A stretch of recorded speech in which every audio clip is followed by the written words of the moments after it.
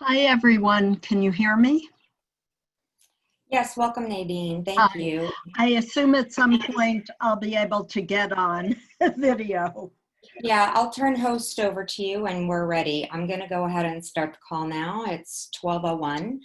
Welcome everyone to the second in a series of 3 summer webinars that are being put on by the Midas Collaborative this July. My name is Kimberly Hirsh and I'm the Executive Director of the Midas Collaborative. I'm very happy to welcome you all here today. I'd like to go over a few logistics before introducing our topics and our speakers. Hopefully, you're aware that you joined a session on asset building, savings, and debt during COVID-19. First thing to note is we are recording today's session, and a link to that recording will be made available after the session should you like to watch again. Our third session is next week on Monday, July 27th. For that session, we are very excited to be bringing together a distinguished panel representing the City of Boston, State of Massachusetts, and the national level of our government to talk about policy and legislative solutions to the problems that we will be discussing in today's session and the first session that we conducted last week on housing.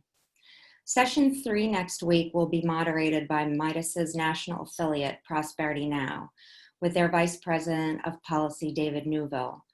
Opening remarks will be made by Congresswoman Ayanna Pressley, and the panel will include Boston City Councilor Lydia Edwards, Massachusetts State Senator James Eldridge, and Sarah Kugler, legislative aide from Senator Elizabeth Warren's office. We're very happy to be announcing that.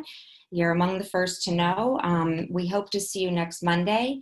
Please note that if you are registered for today's session, which you are because you're here, you are automatically registered for the third session on Monday at noon.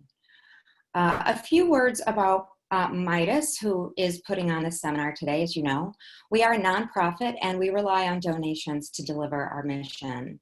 We receive donations from both individuals and institutions, and today, as a result of very generous support from Mr. Cooper, we are able to put this program and others on at no cost to the participants today. However, we do rely on donations to continue our work throughout the year, and we thank you if you decided to make an individual donation today or if you may consider doing so in the future. A couple more things on logistics. You are all defaulted to mute mode. However, any questions that you have during the presentations, please go ahead and hit your chat button on the bottom of your screen. Type them out in the chat box. Someone from our team will be monitoring the chat box throughout, and when we start the question and answer period in the second half hour of this call, we will try to get to as many of your questions as we can.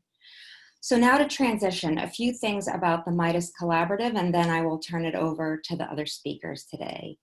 Midas is a nonprofit with a mission focused on financial security and financial empowerment of low and moderate income residents of Massachusetts. We have 4 program pillars, and you can find more information on those on our website. The 4 areas of our work are asset development programs, including match savings, which you are going to hear about a little bit about that today from one of our speakers who we are in partnership with, and that's MoCA. We also, our second pillar of work is that we conduct financial education programs, including a summit that is open to the public that is conducted in October each year, and this year, of course, will be virtual. The third pillar of our work is that we host networking events and professional development events for community financial coaches, school teachers, and others who work in financial education throughout the year. We are a membership organization that brings people together under the membership banner. Finally, we maintain a policy advocacy agenda and advocate regularly for policies and legislation to promote equality for lower income and working people in Massachusetts, including programs and policies that benefit people who are in groups in communities that have been historically disadvantaged by our systems. We recently added a COVID-19 relief agenda that includes state-level actions in Massachusetts to help bridge the gap of timing and amount of some of those federal programs that did finally get passed and hopefully some more are forthcoming. Our board of directors has been going through a strategic planning process, and we expect to be focusing even more sharply in the future on racial inequalities in our systems in America that have been highlighted so sharply by the events related to the global pandemic and to the recent police killings of George Floyd and others that we've all seen on the news. So with that, I would like to extend a big warm welcome to all of you today and to our panelists. They are Danielle Piskadlo, Executive Director of Budget Buddies, a nonprofit that focuses on financial literacy workshops and coaching to women and girls. Molly Rideout, Manager of the Assets for Artists program at MoCA, representing lovely Western Massachusetts.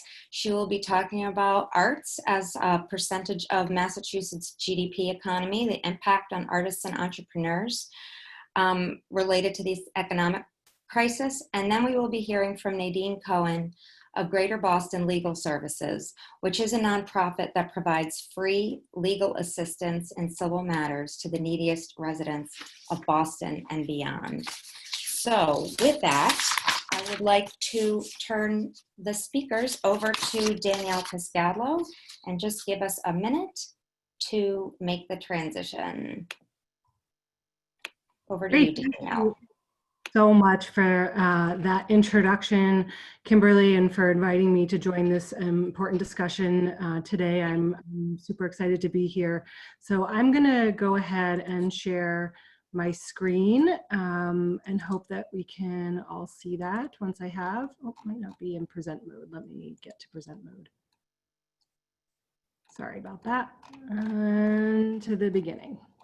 Okay, so hopefully you all are able to see my screen now and the slides I've put up. So as Kimberly mentioned, Budget Buddies is a organization that focuses on financial empowerment for low-income women and girls so that they can create a more secure future for their families and their communities.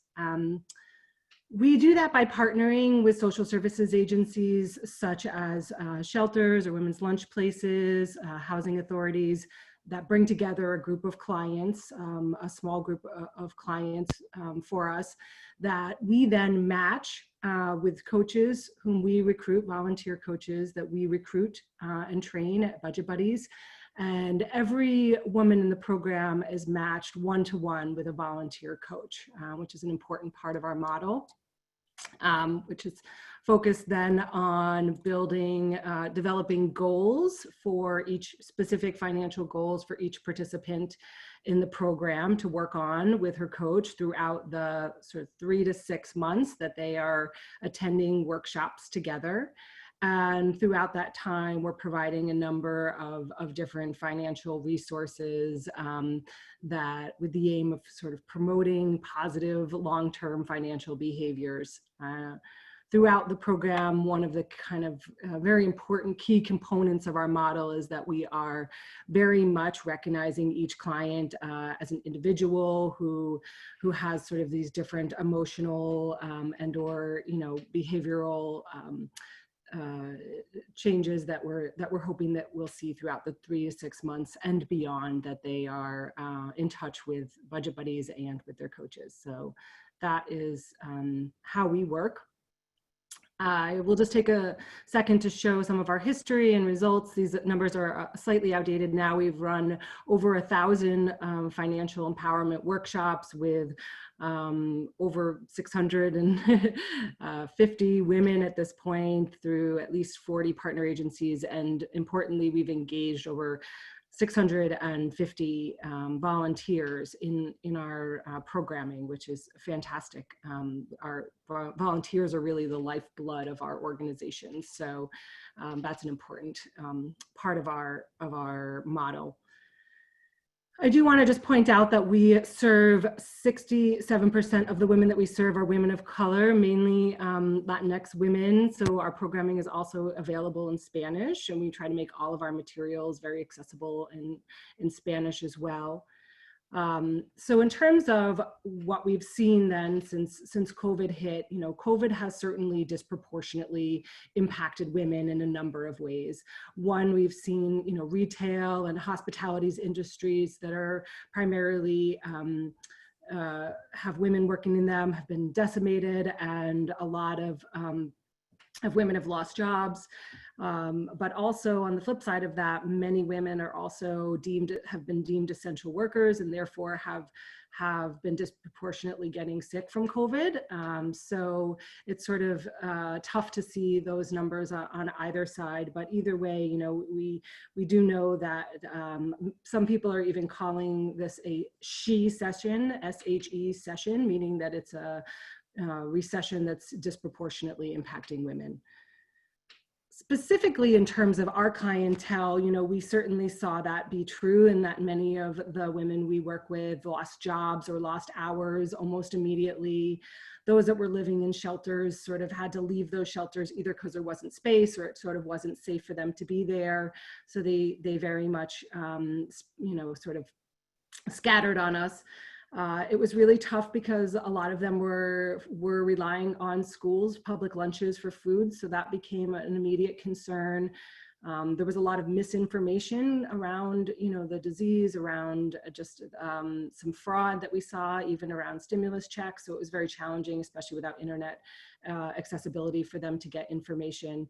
And then certainly just sort of the added mental health and stress that many of us are going through, but was even more sort of exacerbated for women that are already living on that margin.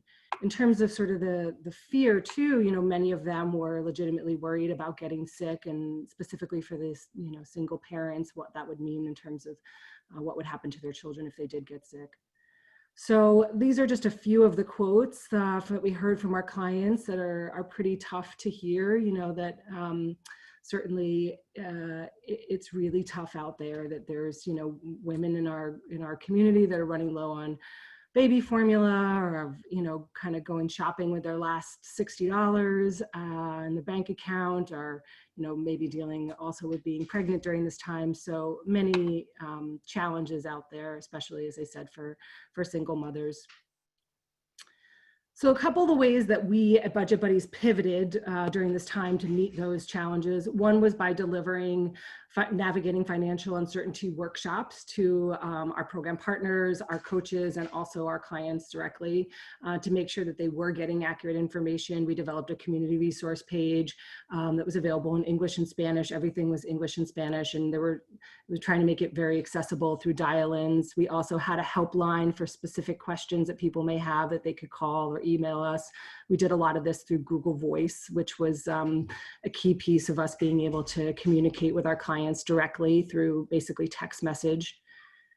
We quickly moved to pivot to provide our programming online virtually, which is now up and running. So that was a big piece of our response, was trying to figure out how we can continue to serve women through these challenging times remotely and safely. And then we did offer direct client support, both emotional support, but also financial support to help them really weather this storm. So we did that, as I mentioned, through Google Voice, text messaging, and then, you know, basically sending money in whatever form was needed. And some of the results from that, we moved over $50,000 to our clients, to over 170 of our clients. And it was those were need-based. So we were really in touch with them about what their needs were and trying to meet those needs.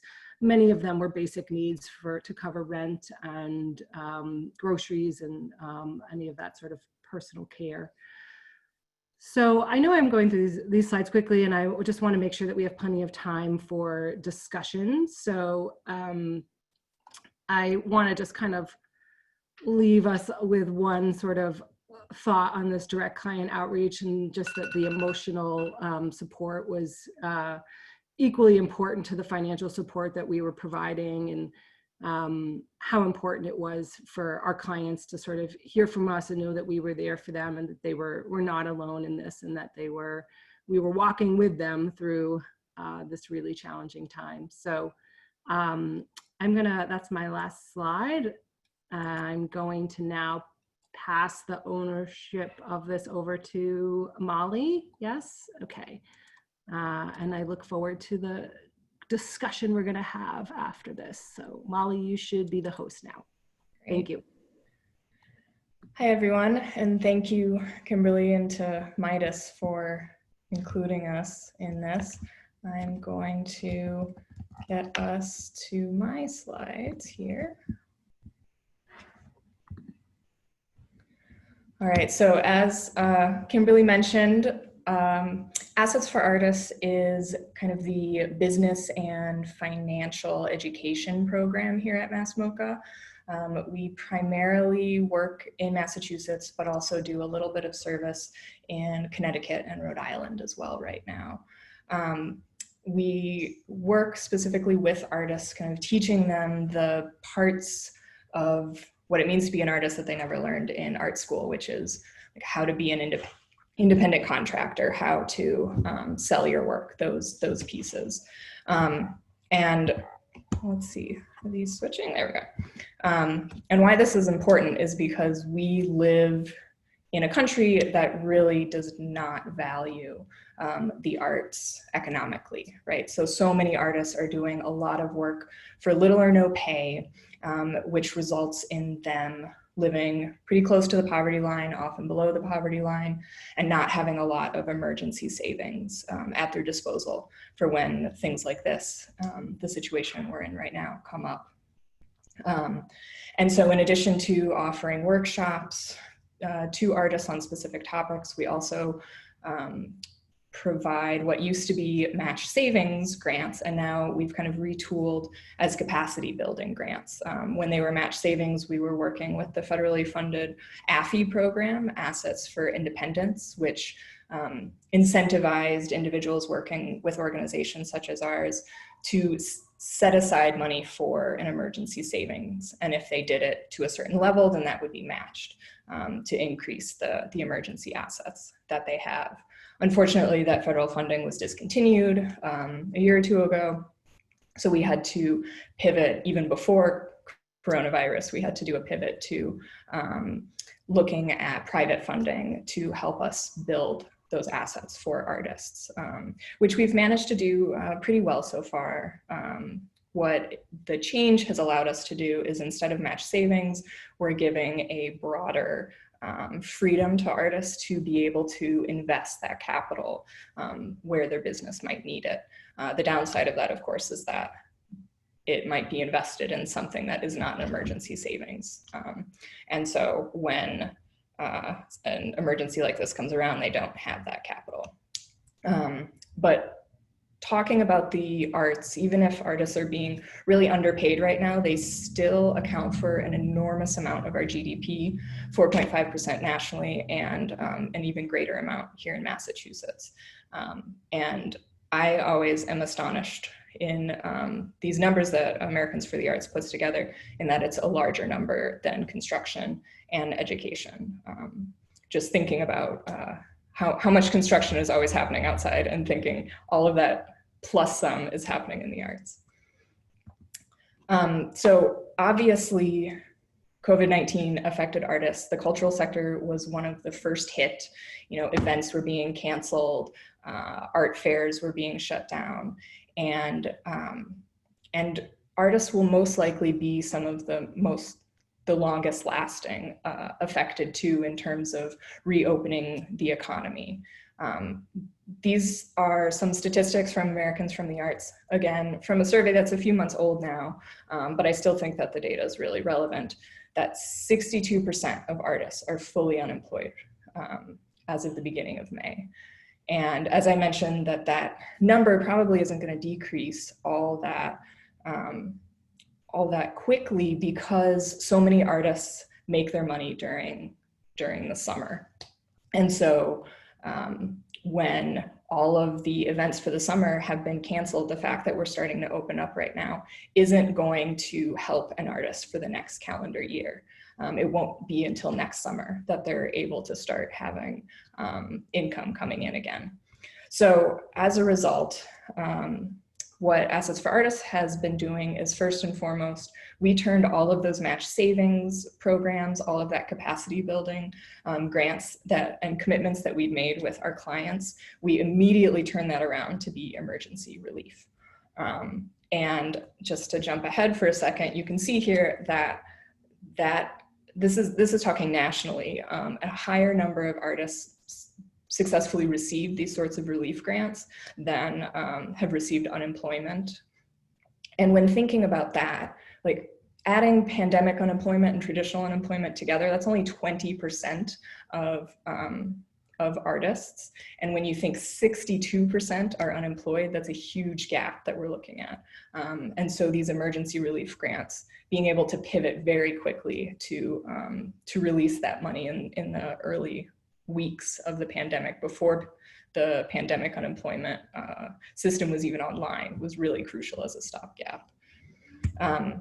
Another way, or I'll go back to this slide. Another way that we've pivoted is that we've turned all of our workshops, which used to be in-person workshops, are now online webinars, but we've also completely changed the topics that we're focusing on. So instead of thinking about long-term asset building as a focus, we're still keeping that in mind, but thinking much more short-term. So how are you going to get through this period of time when the work that you do can't happen? Because so much about art is about bringing people together: concerts, gallery shows, community events. Like, how do you make your income when you can't do those things? So we've been having a lot of webinars that focus on things like how to sell your work online, how to do a concert online, but still be able to get ticket income, pieces like that. And we suspect that going forward after July, when the pandemic unemployment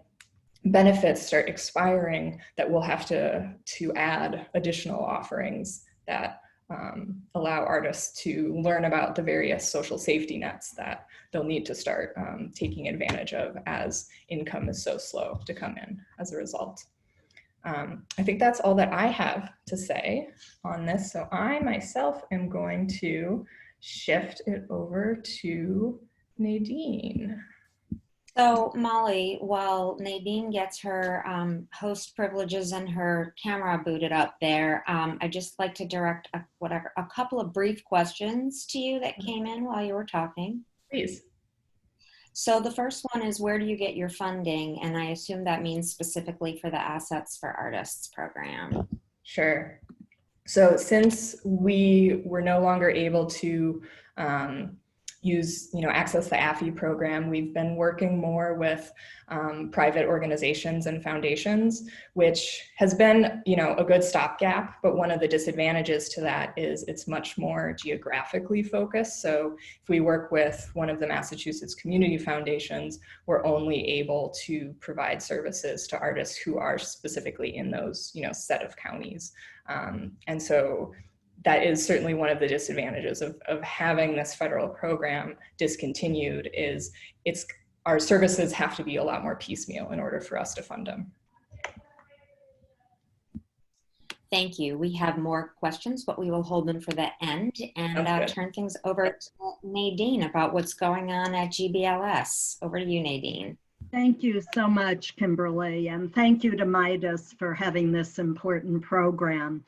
So Greater Boston Legal Services provides free legal help to low-income people in Boston and in 31 surrounding cities and towns. And we work in the areas of housing, immigration, employment, family law, elder health and disability, and consumer law. So the Consumer Rights Unit, which I work in, handles cases involving debt collection, foreclosures, credit issues, student loans, scams, and bankruptcies. We operate a Lawyer for the Day program in the Roxbury and Chelsea courts, where we represent people who are being sued on old credit card debts. And unfortunately, debt collection is a major problem facing low-income people. Even before the current crisis, 1 in 4 Massachusetts residents had a debt in collection. Just think about that for a moment. That is a large number. Even more disturbing, this number rises to 39% in communities of color. That's almost double the amount as in the overall community. In Hampden County, which has the highest rate of debts in collection, 30% of the people have a debt in collection, rising to an incredible 50% in communities of color. Debt collection cases make up more than 60% of the civil docket in Massachusetts courts. So I think we can see that debt collection is not only a poverty issue, but also a racial justice issue. And as with everything else, the pandemic is only making things worse. By the end of April, over 24% of the Commonwealth's pre-pandemic workforce had applied for unemployment benefits. And I think that number continues to increase.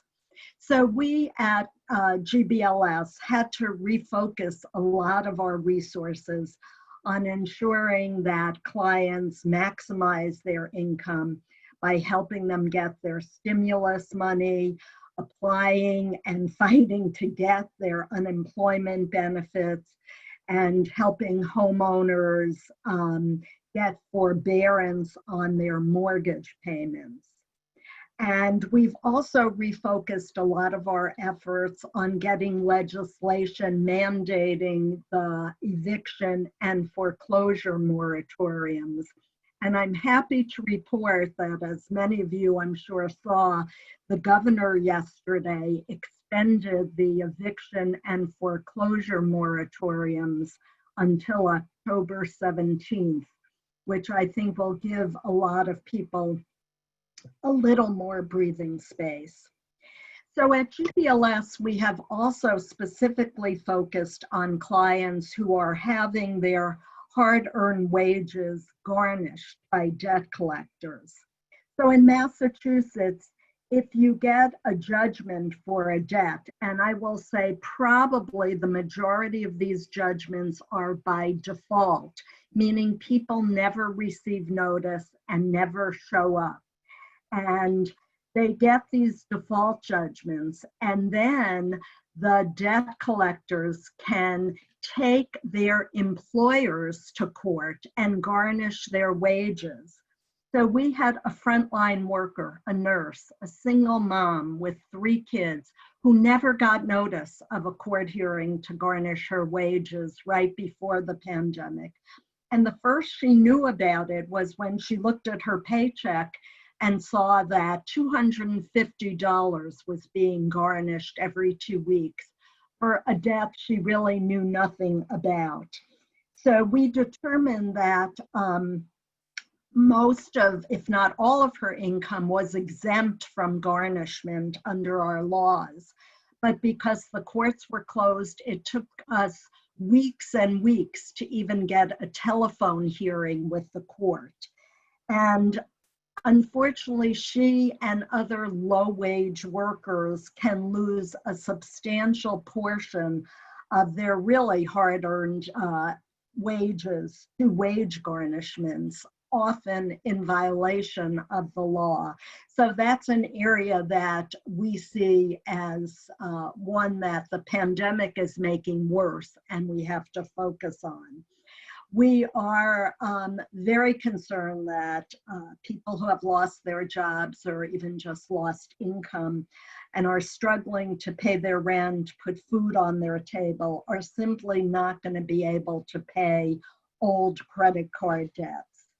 And we have to keep in mind that many of these debts are bought by debt buyers who get them for pennies on the dollar and then put as much pressure as they can on low-income people to pay these debts with money they can barely afford.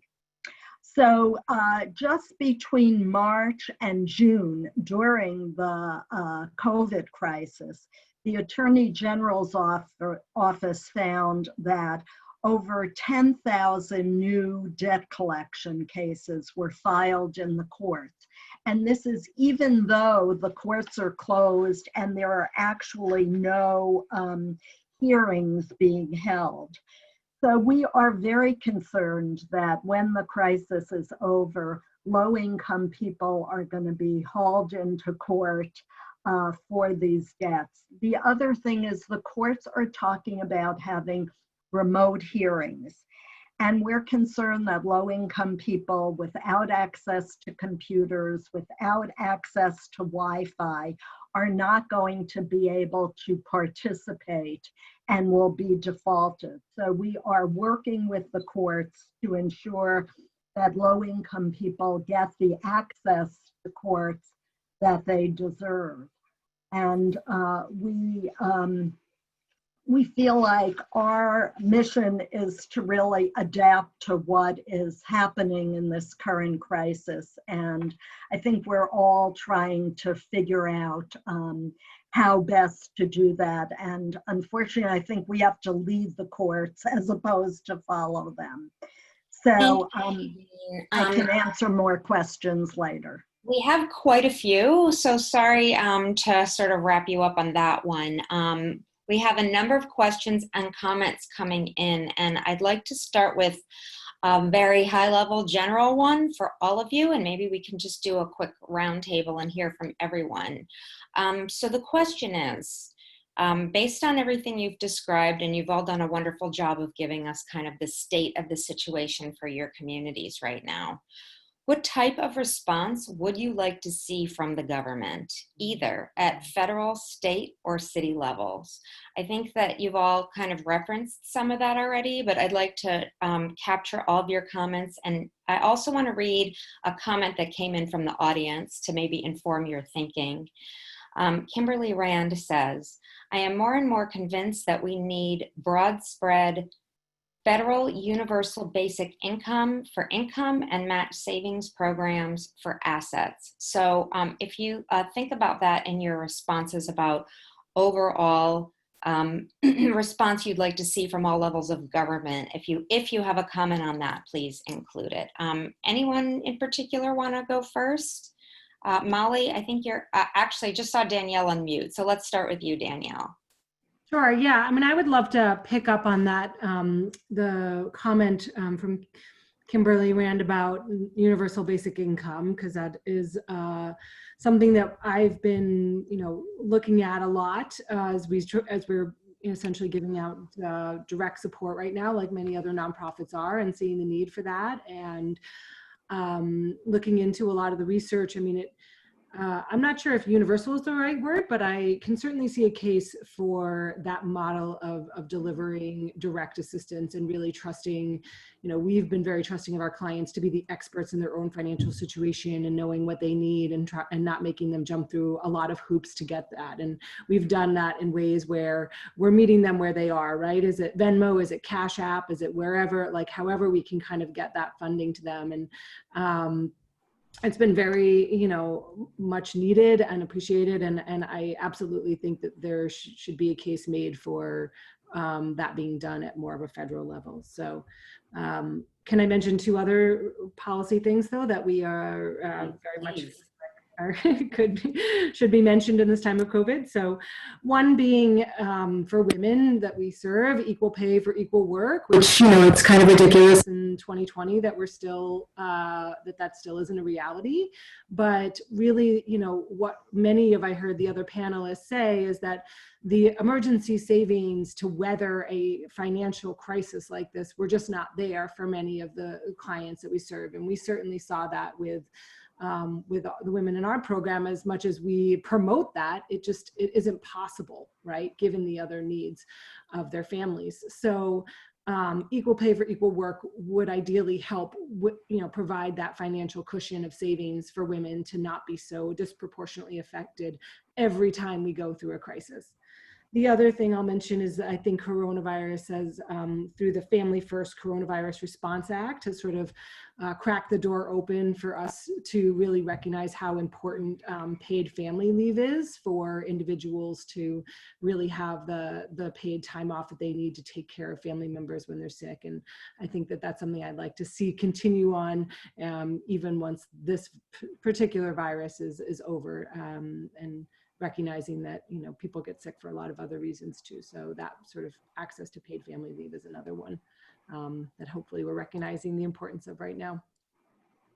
Excellent and important proposals. Thank you. Molly, would you like to share your thoughts on that broad question?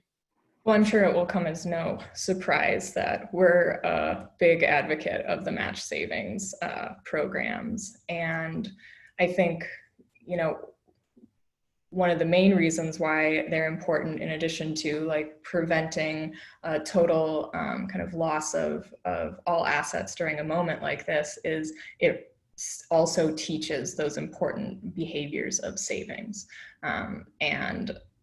And so I think we're really looking to see at a federal level, but even at a state level, see something like that implemented here. Another thing that's really important for artists as independent contractors and sole proprietors is a extension of the pandemic unemployment insurance on a short term. A lot of the artists that I speak with are really nervous about what's going to happen in the next month because their income isn't coming back for a long time, but their ability to pay their bills is about to stop. So one quick question from the audience while we're on artists. I just wanted to throw this one in here for you, Molly. Besides money, what are artists saying they most need at the moment? I'm not sure if you feel that you've answered that or if there's something else you'd like to add. Sure. I think education is really what people are feeling. I guess two pieces. One is education, and the other is community.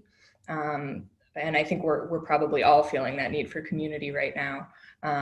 But the education piece is a lot of artists have existed up until this point, not especially needing to conduct their business online. And now everything is being done online. We're talking online right now. And so there's obviously different levels of access of and understanding that different artists have, but you know, we're working with artists that are 75 and you know don't have a website, and so we're trying to help them figure out how to get replacement income because their gallery closed. And so I think it's largely this pivot to online that they're really needing support with. Great points. Thank you. Nadine, I suspect that you may have an agenda for legislators. Yes, definitely. Well, I definitely agree that we need to extend the extra $600 in unemployment. That's really what's kept people afloat. We also want the moratoriums on evictions and foreclosures and even on debt collection to be extended.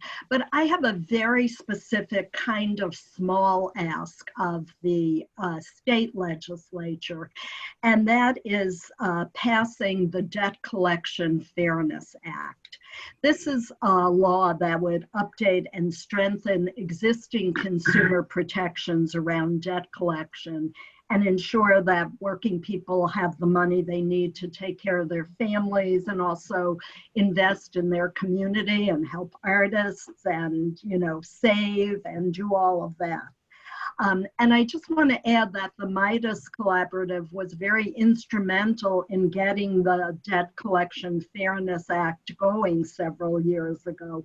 And we are very, very close to getting it passed. So what does it do? It protects more wages from garnishment. Right now, only about $33,000 in wages are protected. This would increase it a little bit to $46,000 plus. It would reduce the interest rate on judgments. Remember, I said most judgments are default. Someone doesn't show up in court. And the interest rate on those judgments is 12% in Massachusetts, the highest in the whole country. So this law would reduce it to 6%. And when you're paying 12%, if you could only afford $25 a month on your debts, you're never going to get out of debt. And it's a cycle of poverty that you stay in. The next thing it does is, under current law, if you get this judgment against you, it follows you for 20 years and doesn't let you ever break out of it. So the Debt Collection Fairness Act would reduce that to 10 years. And then the other thing, which is common sense, is making clear that no one should be imprisoned for failure to pay a consumer debt. Under current law, there is a process where the debt collectors can get capias warrants, and basically to ensure your attendance at court. And it often is abused by creditors who use these civil arrest warrants to threaten people into making agreements to pay money they can't afford. And the last thing it does, it reduces the time creditors have to sue you for a debt from 6 years to 4 years. Many states have a 3 or 4 year, what's called statute of limitations. So these are very, very minor changes that protect consumers. And I really urge people, if you want to find out more, please get in touch with me. As everyone knows, the legislative session is ending July 31st. So we have very little time to get this passed. Thank you, Nadine. And as part of Midas's legislative and policy agenda, we do regularly send out alerts, especially when they're time sensitive, for asking folks to contact their legislators, sign petitions, sign different things. Absolutely agree. What we need is involvement and activism, and there's many ways to do that also from your desks. That doesn't always necessarily include an ask for a donation. Just making your voice heard can be super powerful. So thank you. I'm glad that you extended that invitation for people to call you. I have one question specifically that came in for you, Nadine, just to ask while we are on you, that came in from Scott Giles. That was, why were Roxbury and Chelsea selected for one special legal service? And where would you go next if you had an option to provide another spot? That's a great question. Thank you for asking that.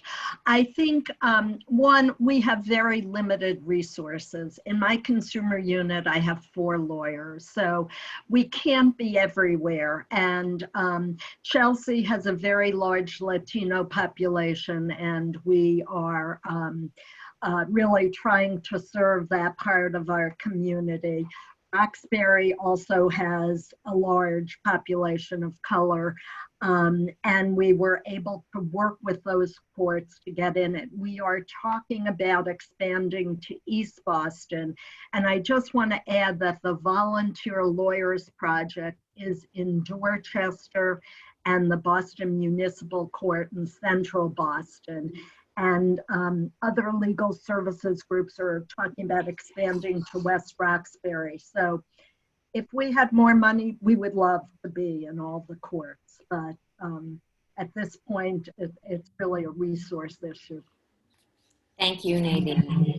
I have another general question now. I'd just like to do a quick round with everyone. If you could give 1 or 2 bullets on this. I'm going to fold in another question that came from the audience and try to make this a 2-parter because they're both broad questions. So here we go. What will be your focus in the future of this new normal? And then if it fits with this, if you also would like to answer the question we have from anonymous attendee, are there any silver linings amidst all this bad news? Let's mix it up this time. Molly, do you want to go first? Focuses for the future and our new normal and anything good going on. Yeah, well, I'll start with the good news. I think one thing for artists who are oftentimes, many artists aren't full-time artists. They are doing their art while also doing a job that will actually pay their bills. And so the pandemic has made, many of them lose that job that pays the bills. But that additional free time while things were closed and there really wasn't an option of being able to get a new job, kind of allowed several artists that we work with to really start paying attention to their creative practice and to start building a business plan for it, to figure out how to have more and more of their time and attention and income surrounding their creative practice. So we have two young artists here in North Adams who both got laid off at their job, and they work together to do upcycling of clothing and make some really wild different types of shirts and bags and everything. And now they've been able to leverage different emergency relief opportunities to almost exclusively be working full-time as artists as a result of this kind of like forced focus on that. In terms of where our attention is going to be, it will really be on drawing attention to learning how to do these kind of online pieces for artists. And I think our other attention is really going to be focusing on how to support artists of color right now, because we know that the pandemic already has been disproportionately affecting them both on a health level, but also on an economic support level. And so that will really be our attention. Thank you. Let's go to Nadine next.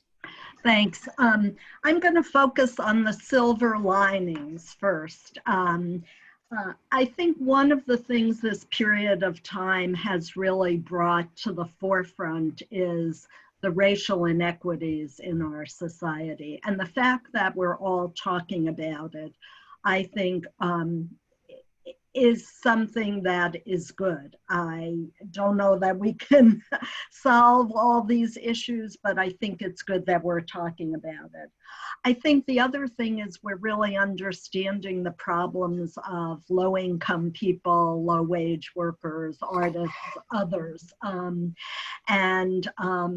I think understanding how many people live like this far from complete and utter financial ruin,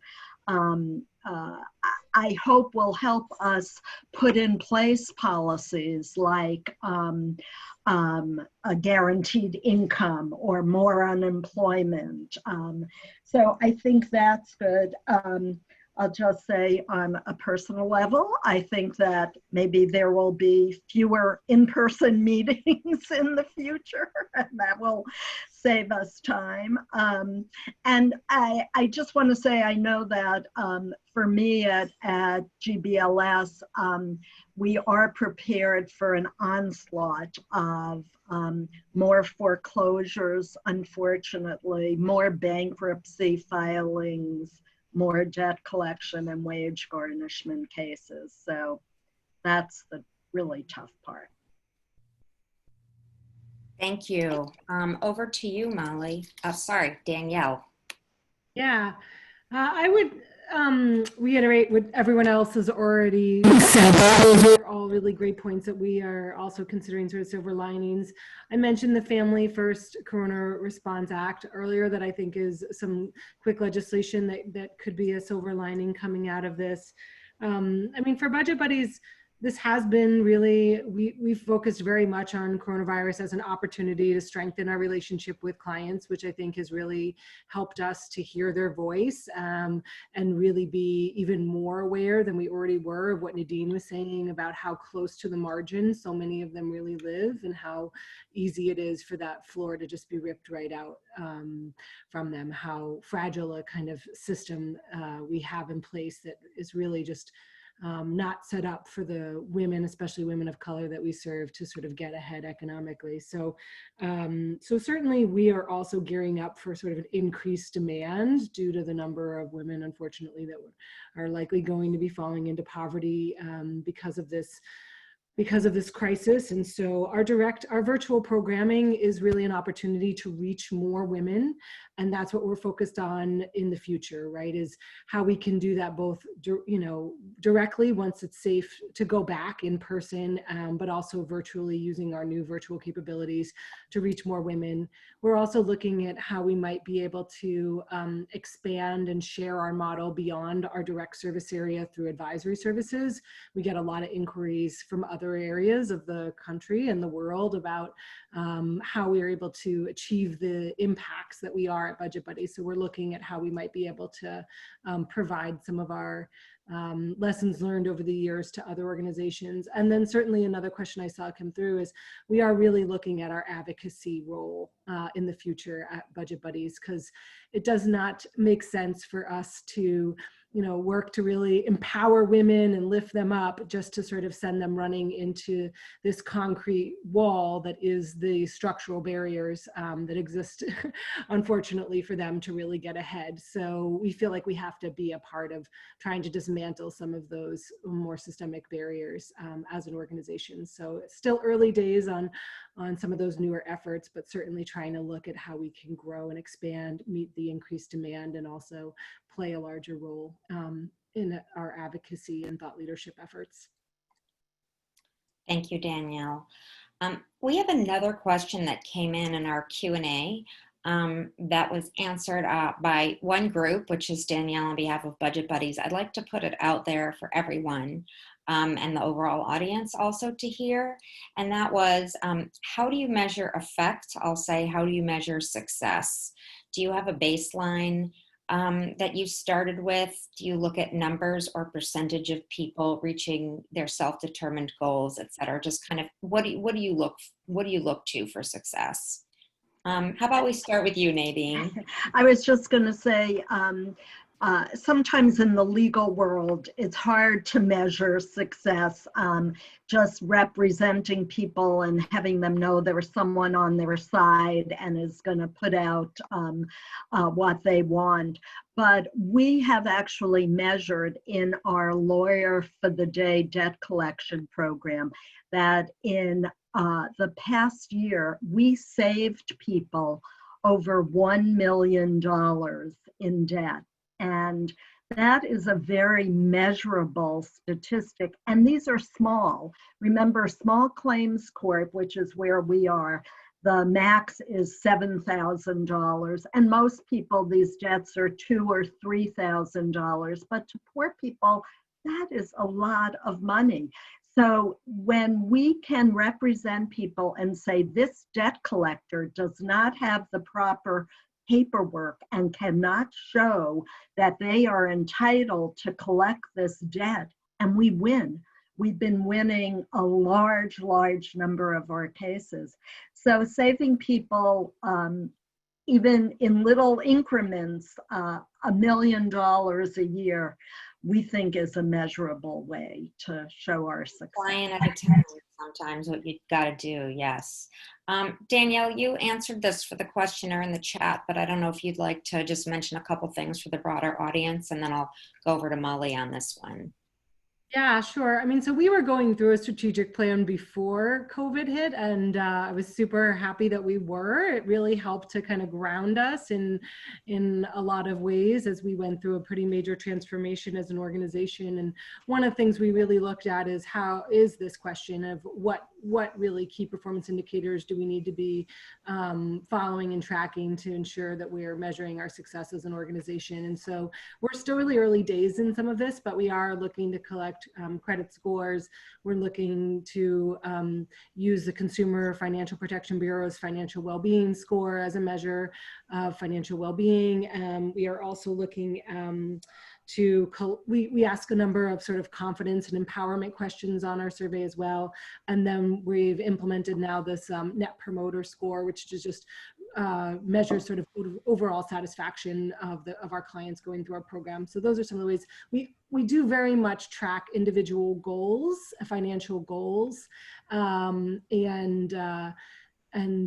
that's a little harder to do on an aggregate scale because the goals change so often. Women come in thinking they're going to focus on one thing, and we encourage those goals to change as they learn more throughout the program. Maybe they thought they wanted to save for this, but realized they have to sort of get rid of credit debt first. So, so those are tracked on sort of an individual basis, but not organization-wide. Thank you, Danielle. Molly, metrics, and also I assume that you're working with self-determined goals of your participants. Yeah, we are. We've actually been in the process of kind of looking back at our metrics that we use. In the past, we've done comparing credit reports, but we also will look at early art-related income versus art-related income at the end of our program, and then we also check in with people a few years later. We also do a lot of kind of skill check-ins of increase of particular skills, be it understanding of how to handle credit and debit and debt, issues, and budgeting, pieces like that. And then we also just kind of look at general confidence levels, and we track that as well. Thanks so much. Another question that came in on the Q&A that Danielle's already answered in writing, but it was put to Mass MoCA as well. How are Budget Buddies and Mass MoCA harnessing the power of their program volunteers and museum members to advocate for state and federal levels on issues of income and assets? Great question, Kimberly Rand. It sounds like you all have amazing resources. I just also with that, if you could just hold that question in your head, I am going to do a time check. So let's just spend a minute on that. And then we can just do a quick round of final comments from each of you. And we'll wrap up right around 1 o'clock. Molly, volunteers, advocacy. Yeah, I think that that's a region that we still have a lot of work to do on, working within the larger museum and within our program specifically. So we don't have as many volunteers who work specifically with assets for artists. We are largely working with artists who are paying for their training work. We're trying to model the behavior that we want to see in the world of always paying artists for the work that they're doing. But I do think that when it comes to members, as was mentioned, that's a area that we could really be improving on. Any comments, Danielle? Yeah, this was very much a part of our strategic plan, right? I mean, we have a small army of these amazing volunteers that are all working with us because they are there to lift up other women.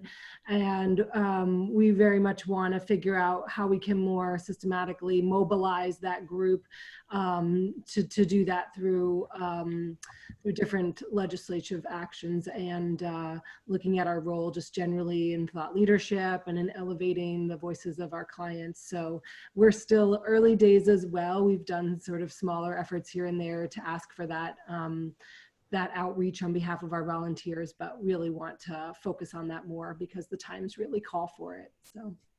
Thank you, Danielle. And I'll just make one comment on behalf of Midas. I've mentioned that we maintain a policy advocacy agenda, which is available on our website, and a COVID-19 relief specific one also on the website. And I also mentioned that we do make regular calls out in writing through newsletters or special time sensitive, please take this action. If you have not signed up for our newsletter and you would like to, please go to our website. We seriously do not pelt people with emails. We really don't. Even when we send out advocacy, please do this, call your rep, whatever calls.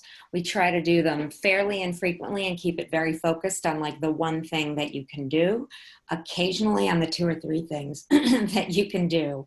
And so we're not the types that send out 5 emails a week or anything like that, if you are interested in that topic. So thanks to everyone. I am going to do a lightning round. If you could just do 30 seconds-ish a piece on any final comments that you might have. And then we'll conclude with a thanks to everyone. I'm going to turn it over to Nadine first. Thank you. I just want to encourage anyone who deals with low-income people who are facing debt collection, tell them to go to court if they're being sued. It's better than ignoring it. And thank you for this opportunity to tell people what we do. Thank you, Molly.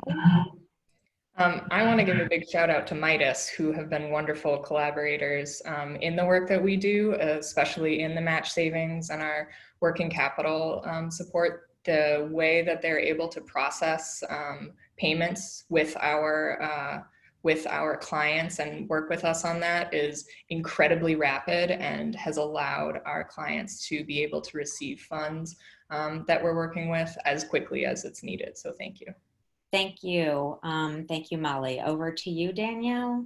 It's just been a real honor. Thank you, Midas, for including me in this panel. It's been an honor to be on it with such amazing women, and I just want to encourage everyone to kind of keep fighting the good fight on behalf of the individuals that we serve. So thank you so much for this opportunity. Well, thanks to all of you. You have all been wonderful. You are an incredibly tough act to follow, I have to tell you. So I would just like to extend my warm thanks to you for being here today, taking the time to share your perspectives and experiences with our audience, and encourage you and everyone on the phone to come next Monday at noon, same time slot, different day of the week, to our Legislative Solutions panel. So thank you all, and until Monday. Looking forward to it. Thank you.